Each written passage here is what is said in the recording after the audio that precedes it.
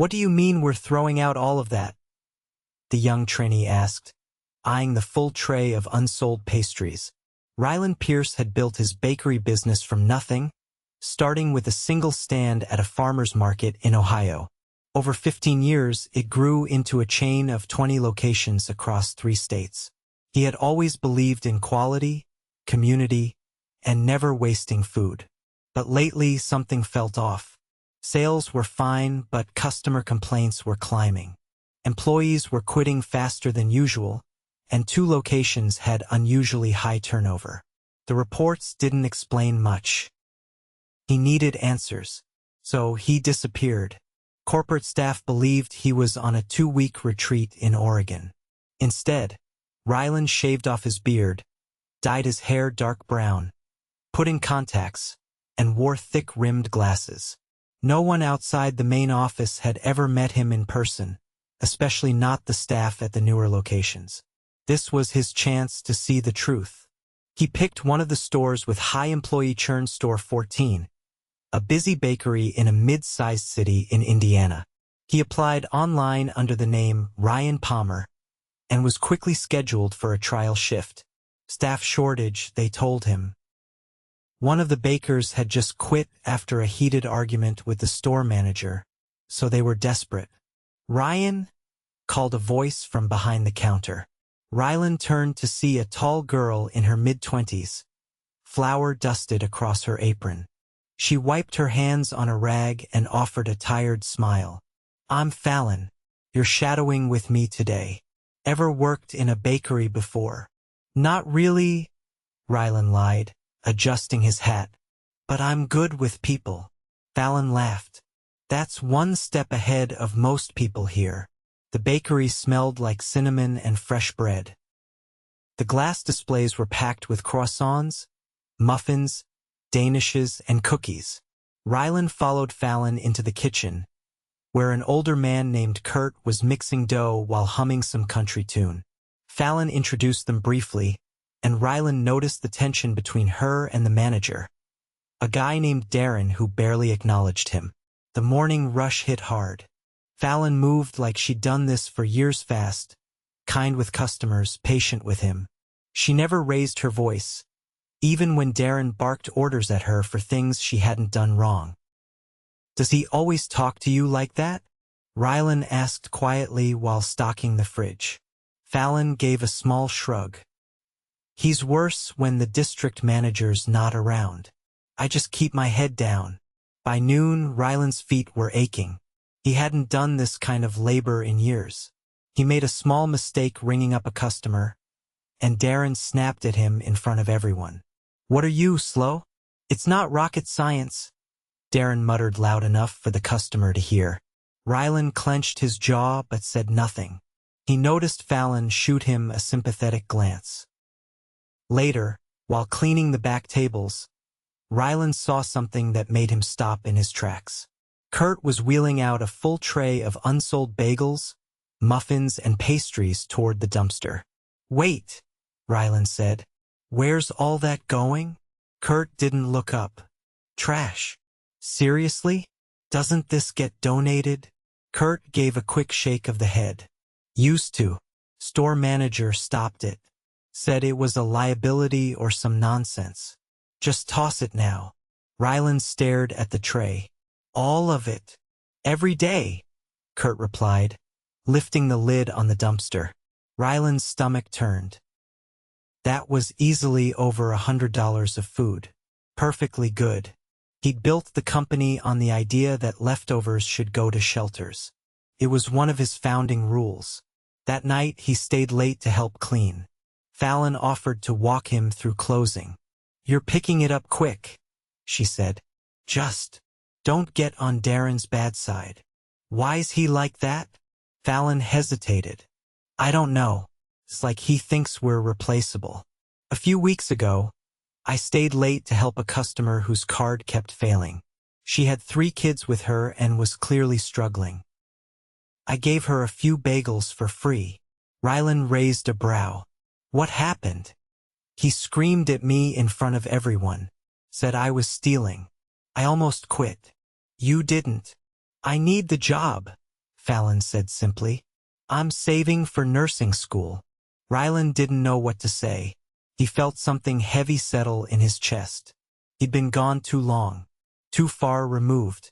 People like Fallon were the backbone of his company, and she was being treated like dirt. And the waste. The waste made his blood boil. He left that night with his head spinning. Tomorrow he'd be back, and he'd be watching everything. Rylan arrived 2 hours before sunrise the next morning, quietly entering through the back as instructed. The air was sharp with the scent of yeast and sugar, ovens already humming. Fallon hadn't arrived yet, but Kurt was there, hunched over a scaled mixing table, his hands deep in dough. He barely looked up when Rylan entered. You're early, Kurt grunted.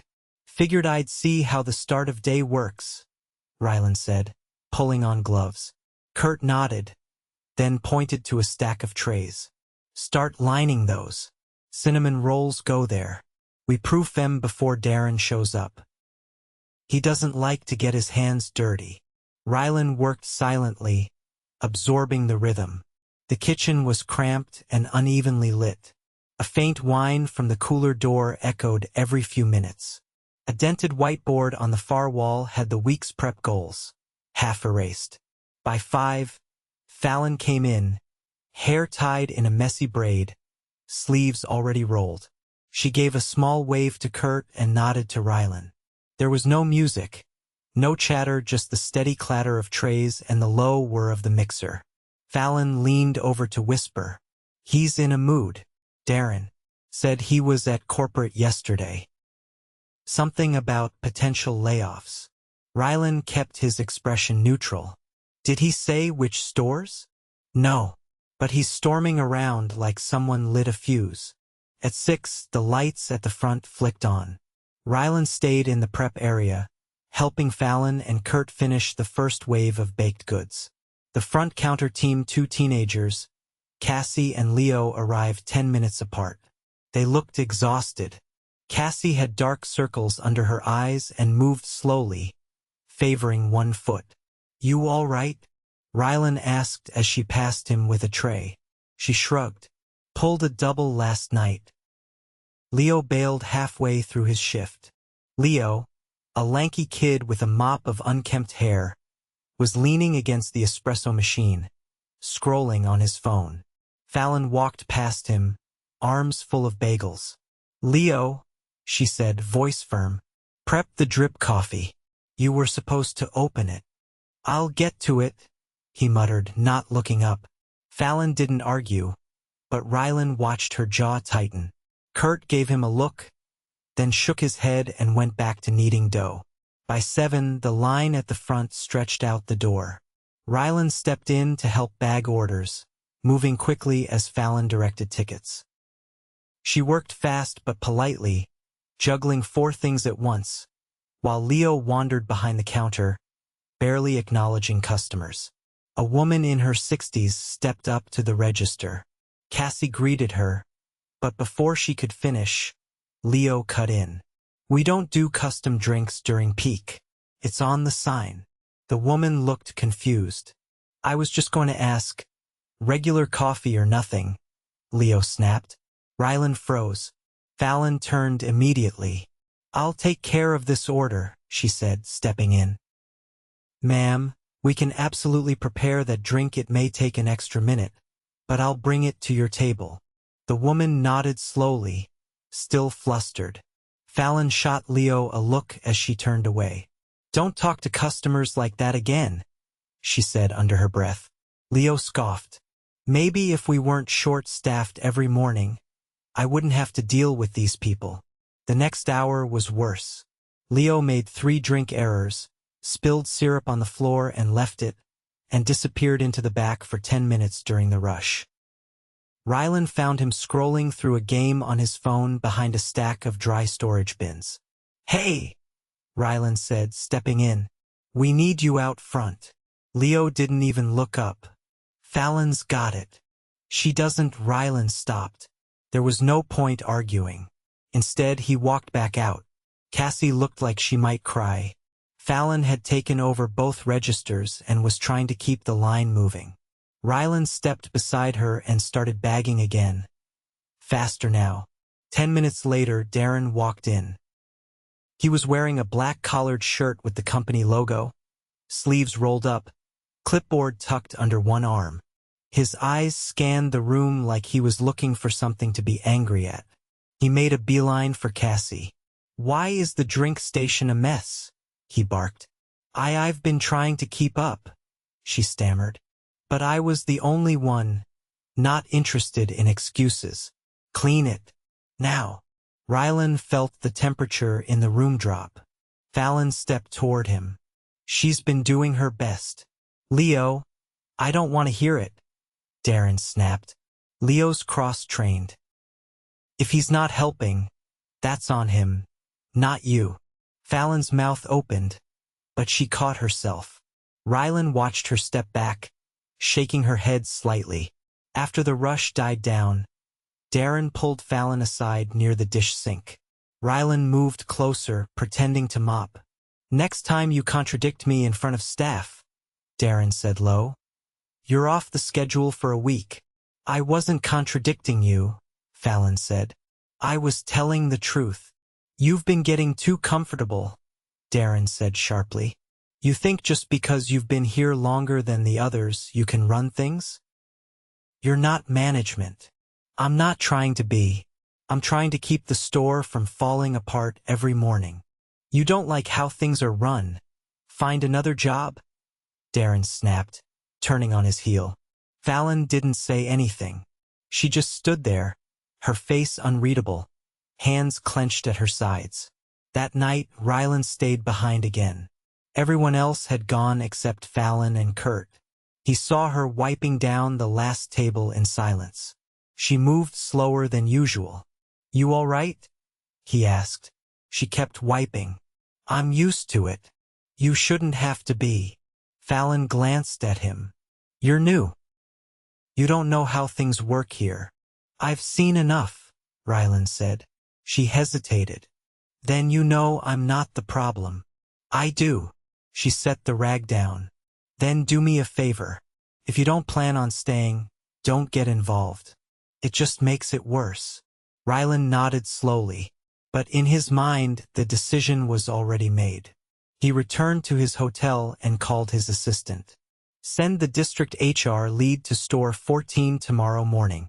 No delays." "Understood." "And prep documents for one termination. Name's Leo." "I'll handle Darren myself." He hung up and stared out the window, watching the streetlights flicker below. The company he'd built was rotting from the inside, and he was done watching from the sidelines. By the time Rylan arrived the next morning, Fallon had already opened the back door, hair tied tighter than usual, sleeves rolled higher. She nodded silently at him as he stepped inside, her shoulders stiffer than they'd been the day before. Kurt was at the proofing table, less talkative than usual, movements more mechanical. The air felt different, expectant, like a storm was sitting just above the roof. Rylan didn't head for the kitchen. Instead, he walked straight to the front, where the staff hadn't yet arrived. He unlocked the office door at the back of the store, something no one questioned, assuming he was running an errand, and sat down at the desk Darren usually occupied. He waited. At precisely 6:15, Darren entered through the front with a to-go cup in hand and sunglasses still on. He didn't notice Rylan at first. But when he finally opened the office door and saw him sitting at the desk, clipboard resting on his lap, Darren stopped. "I need you to step out," Darren said flatly. "Employees don't sit in here." Rylan stood, calm and deliberate. "I'm Rylan Pierce," he said, "founder and CEO of this company." Darren blinked, confused for a half-second, then gave a short laugh that didn't reach his eyes. "Sure you are. I've been working here undercover for the last 3 days. I've seen everything. I've listened. And I've taken notes." Darren's expression shifted slowly from disbelief to defensiveness. He stepped inside and closed the door behind him. "Look, if this is about how I run the team, I've got reports to back up every decision I've made. This is a high-volume store. There's pressure. The staff. I'm not here for justifications. Rylan cut in. His voice didn't rise, but it was final. HR is in the parking lot. They'll escort you out in 10 minutes. Your employment ends today. Darren's jaw clenched. I've been running this location for over a year. And in that time, staff turnover has tripled, customer complaints have doubled, and you've willfully ignored company policy on food donations. You've spoken to employees with open hostility and belittled them in front of customers. That's not pressure, it's toxic leadership. You have no idea what it takes to keep a store like this afloat. I built this company with my own hands. I've scrubbed ovens at 4 in the morning, stayed up baking through the night, and worked farmers markets in the rain. Don't tell me what it takes. Darren opened his mouth again, but Rylan raised a hand. This conversation is over. Rylan stepped past him and opened the door. 2 HR reps were waiting near the front. One of them nodded at Rylan, then turned to Darren. Let's step outside. Darren hesitated, eyes flicking toward the staff now filtering in through the front. Fallon stood behind the counter, watching. Her face didn't change, not relief, not satisfaction, just quiet recognition. She turned back to prepping the register. Rylan waited until Darren and the HR reps exited. Then he stepped out front. Cassie was wiping down the pastry case. Her expression was cautious, like she wasn't sure if she should keep working. Leo hadn't arrived yet. Fallon faced him, hands at her sides. You're really him? Yes. She nodded once, slowly. All right. Come with me, Rylan said. They stepped into the back hallway, away from the others. You've been holding this place together, Rylan said. I've seen it. The way you manage the floor, pick up slack, de-escalate customers, cover for people who don't show up. You've been doing the work of 2 positions. Fallon folded her arms. I didn't want to step on anyone's toes. I figured if I said too much, I'd make myself a target. You did everything right, and I should have been here sooner. She nodded again, more slowly this time. I'm offering you the assistant manager position, Rylan said. Effective immediately, better pay, full benefits. You'll help shape how the store runs moving forward. Fallon didn't answer right away. And if I say no, then you stay in your current role, no pressure. But I'd be foolish not to give you more authority. She exhaled. Then I'll do it. But I'm not covering for anyone who doesn't pull their weight. You won't have to. They returned to the front just as Leo finally walked in, earbuds still in, hoodie half-zipped. He didn't notice Rylan at first. He walked straight behind the counter, glanced at the prep list, then leaned against the back cooler door, yawning. Rylan stepped around the counter. Leo. Leo looked up, confused. You're not supposed to be back here. I'm your boss's boss. Take the earbuds out. Leo froze for a half-second, then pulled them out. You've been late 3 out of the last 5 shifts, Rylan said. You've left early, ignored direct instructions, and spoken to customers in a way that damages the brand. This isn't a fit. Leo blinked. Wait, are you? You're done here. HR will make sure you're paid out for your hours. You can leave now. Leo looked around like he expected someone to speak up for him. No one did. Not even Cassie, who avoided his gaze entirely. He muttered something under his breath, grabbed his backpack, and left without another word. Rylan turned back to the team. They were watching, wide-eyed but silent. This store is changing starting now, he said. Fallon is your new assistant manager. We'll be hiring a new GM who understands what leadership actually means. Until then, I'll be working alongside all of you to get this place back on track. Kurt stepped out from the kitchen, wiping his hands on a towel. Guess I better clean the office. No, Rylan said. You're coming with me. We're fixing that donation policy. We'll talk with the local shelter this afternoon. Kurt nodded and disappeared back into the kitchen. Fallon leaned over to Cassie, who was still frozen behind the register. You good? Cassie nodded. I just didn't think anyone was ever going to do anything about this place. Fallon gave a small smile. Yeah, neither did I. Rylan grabbed an apron from the hook, tied it around his waist, and stepped behind the counter. Let's get the morning rush started, he said. And this time, no one's doing it alone. It had been 5 days since the shake-up. Store 14 was no longer running on fumes, but there was still a long climb ahead. The staff was thinner than ever, and the extra weight of responsibility hadn't magically disappeared. Fallon now carried a clipboard and a key to the back office, but she still showed up early, tied her apron tight, and rolled dough when Kurt's hands started to ache.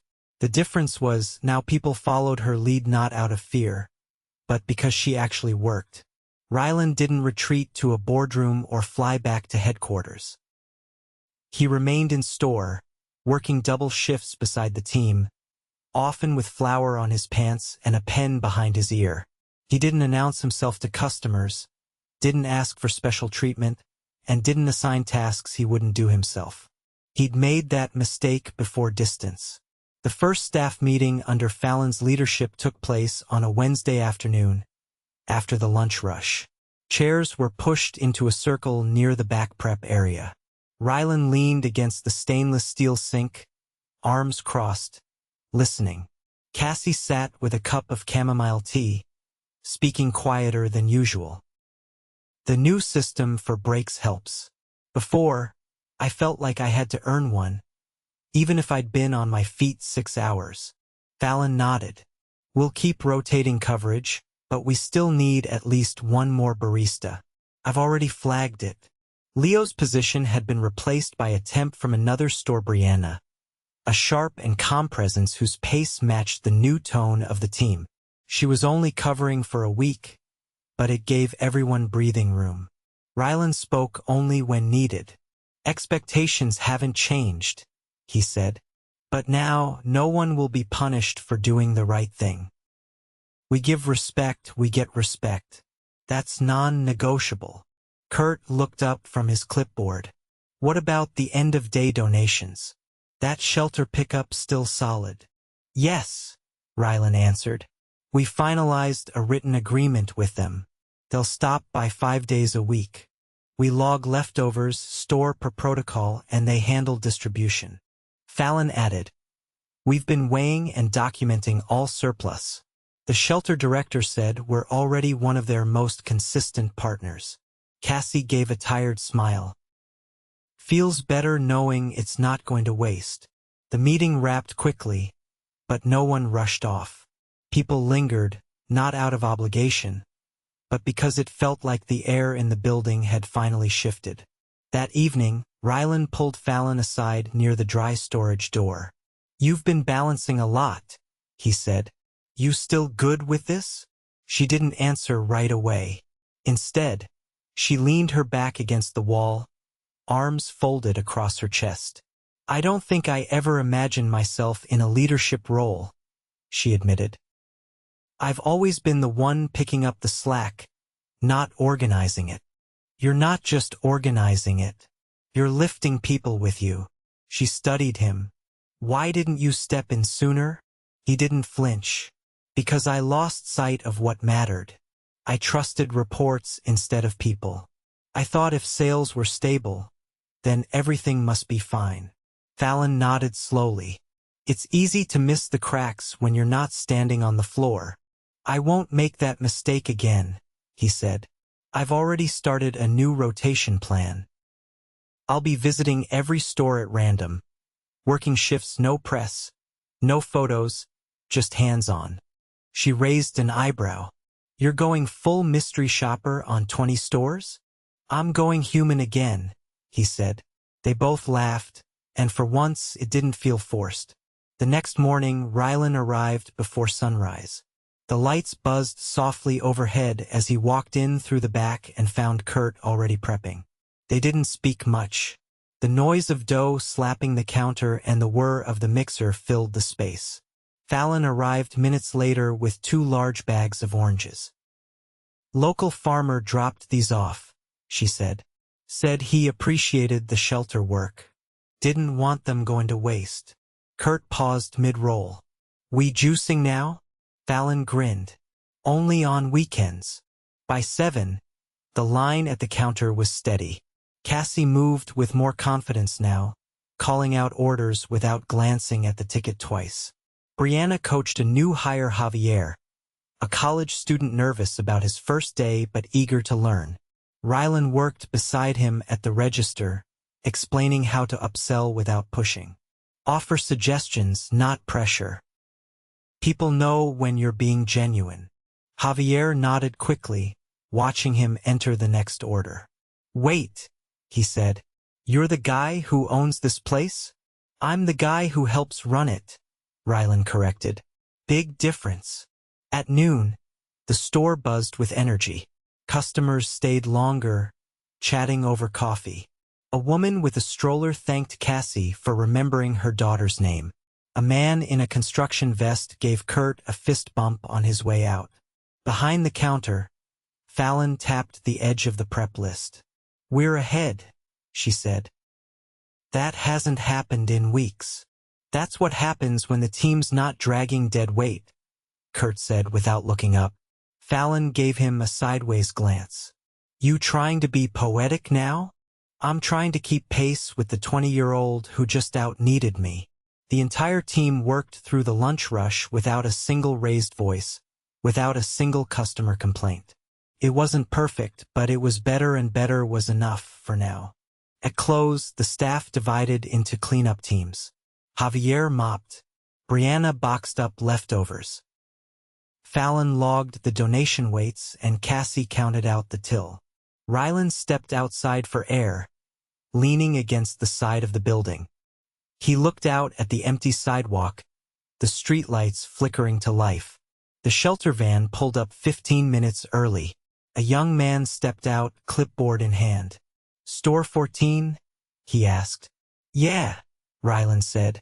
"They're ready for you inside." The man paused. "We used to get a lot of food from here years ago. Then it stopped.